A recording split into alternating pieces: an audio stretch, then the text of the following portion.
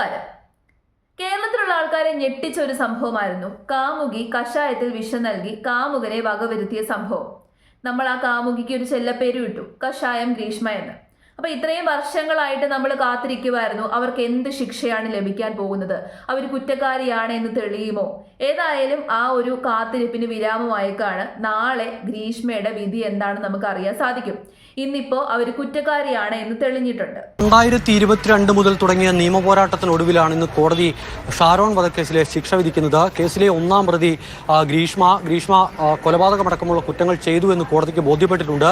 രണ്ടാമത്തെ പ്രതി ഗ്രീഷ്മയുടെ അമ്മാവൻ നിർമ്മലകുമാരൻ തെളിവ് നശിപ്പിക്കുന്നതുമായി ബന്ധപ്പെട്ടിട്ടുള്ള കുറ്റം ചെയ്തിട്ടുണ്ട് എന്ന് കോടതിക്ക് ബോധ്യപ്പെട്ടു. എന്നാൽ മൂന്നാം പ്രതിയായിട്ടുള്ള ഗ്രീഷ്മയുടെ അമ്മ സിന്ധുവിനെ കോടതി വെറുതെ വിടുകയാണ്. കൃത്യമായി സിന്ധുവിനെതിരെയുള്ള തെളിവുകൾ ഹാജരാക്കാൻ പ്രോസിക്യൂഷന് കഴിഞ്ഞില്ല എന്നുള്ളതാണ്. ഗ്രീഷ്മയുടെ അമ്മ കൂടി തെളിവ് നശിപ്പിക്കലിന്റെ ഭാഗമായിരുന്നു എന്നുള്ളതായിരുന്നു പ്രോസിക്യൂഷനും അന്വേഷണ ഉദ്യോഗസ്ഥരും എല്ലാം തുടക്കം മുതൽ പറഞ്ഞിരുന്നത്. പക്ഷേ അത് കോടതി അംഗീകരിക്കുന്നില്ല. മൂന്നാം പ്രതി അമ്മ സിന്ധുവിനെ കോടതി വെറുതെ വിടുന്നു. ഗ്രീഷ്മ ശിക്ഷാവിധി പ്രഖ്യാപിക്കുമ്പോൾ ഈ കേസിലെ ശിക്ഷ പ്രഖ്യാപിക്കുമ്പോൾ ഗ്രീഷ്മയുടെ അമ്മ സിന്ധുവും അമ്മാവനും അച്ഛനും എല്ലാം കോടതിയിലുണ്ടായിരുന്നു.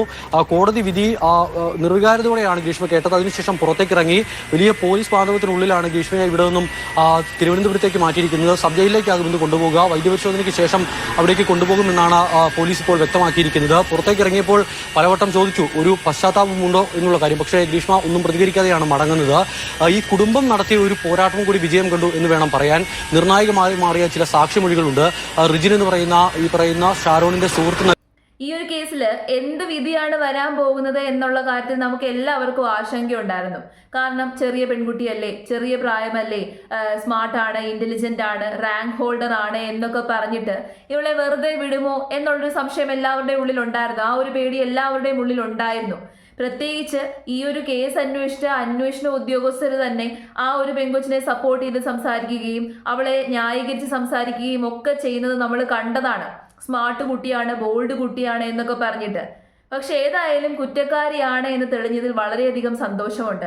ഇനി ഇത്തരത്തിലുള്ള കുറ്റകൃത്യങ്ങൾ നമ്മുടെ നാട്ടിൽ ഉറപ്പായിട്ടും ആവർത്തിക്കും. അങ്ങനെ ആവർത്തിക്കാതിരിക്കണമെന്നുണ്ടെങ്കിൽ ഗ്രീഷ്മയ്ക്ക് നല്ല ഒന്നാന്തര ശിക്ഷ തന്നെ ലഭിക്കണം.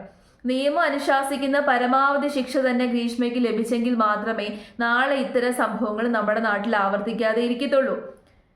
ഇപ്പൊ വേറൊരു കാര്യം കൂടി മനസ്സിലായില്ലേ, നമുക്ക് ഉള്ള സ്മാർട്ട്നെസ്സും നമ്മളുടെ ഇന്റലിജൻസും ഒക്കെ തന്നെ നല്ല കാര്യങ്ങൾക്ക് വേണ്ടിയിട്ട് വിനിയോഗിക്കുക. ഗ്രീഷ്മ അവിടെ ചെയ്തത് അബദ്ധം തന്നെയാണ്. പ്രായത്തിന്റെ അബദ്ധമാണെന്നോ അല്ലെങ്കിൽ തെറ്റുപറ്റിപ്പോയെന്നോ എന്നൊന്നും പറഞ്ഞ് ഞാൻ ഗ്രീഷ്മയെ ന്യായീകരിക്കുന്നില്ല. ചെയ്തത് തെറ്റ് തന്നെയാണ്. പ്രായം ഏതായാലും ജെൻഡർ ഏതായാലും ചെയ്തത് തെറ്റ് തന്നെയാണ്. പെൺകുട്ടിയാണ് എന്ന് പറഞ്ഞ് പരിഗണനയൊന്നും കൊടുക്കാൻ പറ്റില്ല. ആൺകുട്ടി ചെയ്താലും പെൺകുട്ടി ചെയ്തു കഴിഞ്ഞാലും തെറ്റ് തന്നെയാണ്. അത് ഇത്രയും ഇന്റലിജന്റ് ആയിട്ട് ക്രിയേറ്റീവായിട്ട് ഒരു സംഭവം ചെയ്തിട്ട് ഇപ്പൊ മനസ്സിലായില്ലേ എത്രത്തോളം റാങ്ക് ഹോൾഡർ ആണ്, എത്ര ഇന്റലിജന്റ് ആണ്, സ്മാർട്ട് ആണ് എന്നൊന്നും പറഞ്ഞിട്ട് ഒരു കാര്യമില്ല. അതൊന്നും നമ്മളെ രക്ഷിക്കാൻ വരില്ല. നമുക്ക് ബുദ്ധി ഉണ്ടായിരിക്കാൻ നമ്മളുടെ വിവരവും ബുദ്ധിയും ഒക്കെ തന്നെ നല്ല കാര്യങ്ങൾക്ക് വേണ്ടിയിട്ട് വിനിയോഗിക്കുക. അത് വളരെയധികം ഇമ്പോർട്ടൻ്റ് ആണ്. മറ്റൊരാളെ ഉപദ്രവിക്കാൻ വേണ്ടിയിട്ട് നമ്മൾ ആ ഒരു ബുദ്ധിയും വിവരവും ഒക്കെ ഉപയോഗിച്ച് കഴിഞ്ഞാൽ എന്നെങ്കിലും ഒരു ദിവസം നമുക്ക് തിരിച്ചടി കിട്ടും. അത് ഉറപ്പാണ്. സത്യം എന്നായാലും പുറത്തു വരുമെന്ന് പറയുന്നില്ലേ. അപ്പൊ ഏതായാലും ഇതിൽ വളരെയധികം സന്തോഷമുണ്ട്. അവള് കുറ്റക്കാരിയാണ് എന്ന് തെളിഞ്ഞല്ലോ. അപ്പൊ നാളെ ഇനി എന്തായാലും വിധി വരും. വിധി വരുമ്പോ എന്ത് ശിക്ഷയാണ് ഗ്രീഷ്മയ്ക്ക് കിട്ടാൻ പോകുന്നത് എന്ന് നമുക്കറിയാം. ഏതായാലും നല്ല ശിക്ഷ തന്നെ കിട്ടട്ടെ.